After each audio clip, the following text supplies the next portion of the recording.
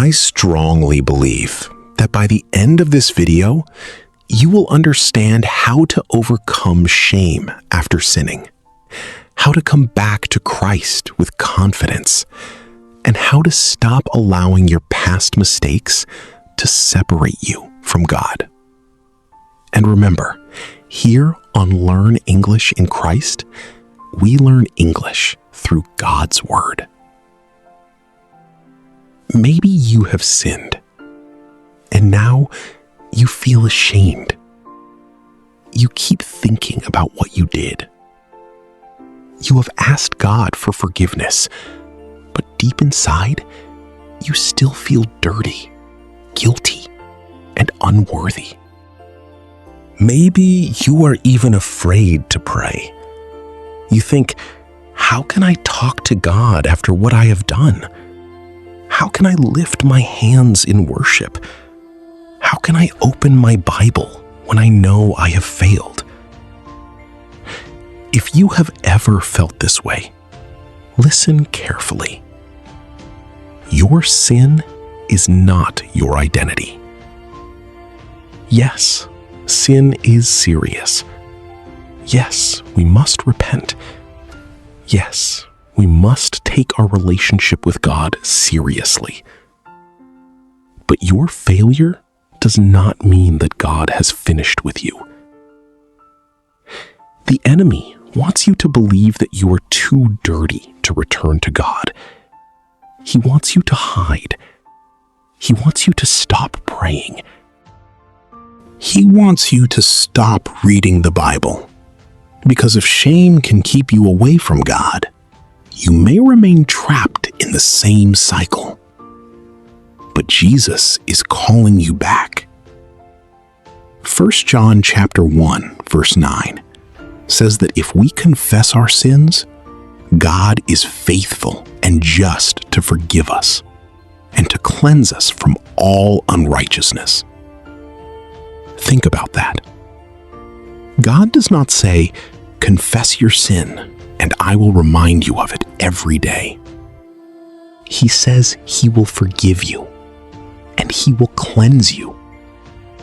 That means when you genuinely come to God in repentance, you are not coming to a God who wants to destroy you. You are coming to a Father who wants to restore you. But there is something we must understand. There is a difference between conviction and shame. Conviction says, what you did was wrong. Come back to God. Shame says, what you did proves that you are worthless. Stay away from God. Conviction leads you toward Christ. Shame tries to push you away from Christ. That is why you must learn to recognize what is happening inside your heart. When the Holy Spirit shows you your sin, do not run away. Run toward God. Look at Peter. Peter denied Jesus 3 times. The same Peter who said he would never abandon Jesus eventually denied even knowing Him. Imagine the shame. Imagine the disappointment. Imagine looking back and thinking, how could I do that? But Jesus did not throw Peter away. After His resurrection, Jesus came to Peter. He spoke to him. He restored him. And the man who once denied Jesus became a man who boldly preached about Jesus. That should give you hope. Your failure may be part of your story, but it does not have to be the end of your story. Maybe you are ashamed because you committed the same sin again. You promised God, I will never do this again. But then you fell again. If that that is your situation, do not allow shame to convince you that there is no reason to fight anymore. Instead, stop and ask yourself some honest questions. What led me into this sin? What was I watching? Where was I? Who was I talking to? What was I thinking about? What opportunity did I allow? Because repentance is not only saying, I am sorry. Repentance means turning away from sin and turning back toward God. Sometimes that means changing your environment. Maybe you need to delete an application.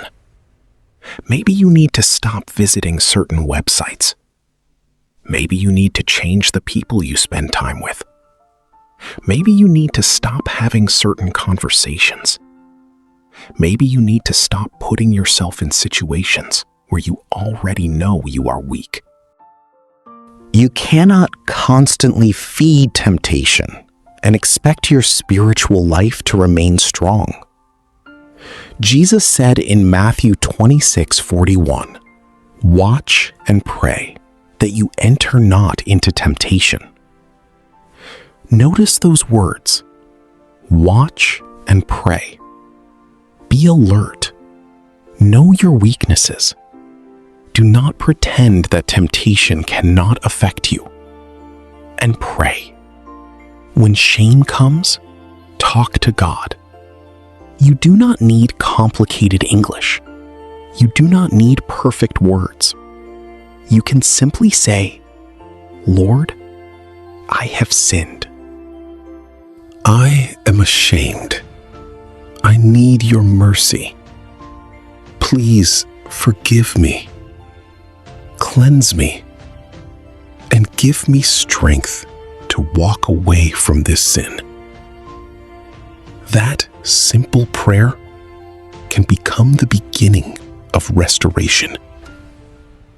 And after you have genuinely confessed your sin, do not continue punishing yourself for something Christ has already forgiven. Learn from your mistake, but do not live inside your mistake.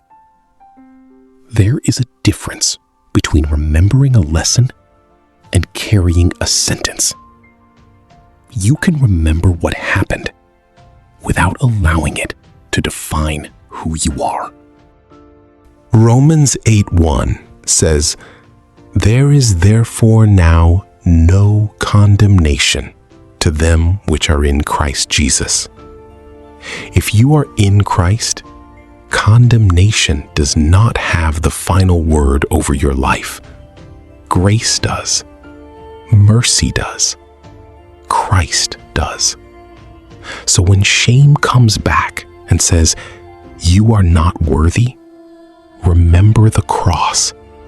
When your mind says, "God will never accept you again," remember his mercy. When the enemy says, "You have fallen too many times," remember that Christ is still able to restore you. Do not hide from God because you sinned. Run back to him because you sinned. The place where you failed can become the place where you learn humility. It can become the place where you learn dependence on God. It can become the place where your relationship with Christ becomes deeper. You are not called to pretend that you never fell. You are called to rise again through the grace of God. So, if shame has been keeping you away from prayer, pray again. If shame has been keeping you away from your Bible, open it again. If shame has been keeping you away from worship, worship again. And if shame has been telling you that you are finished, listen to the voice of Christ instead. Your sin is serious, but God's grace is greater. Your failure is real, but restoration is real too. So come back to Jesus. Confess. Repent. Receive his forgiveness. Learn from what happened and keep walking with him. You fell, but Christ is calling you to rise.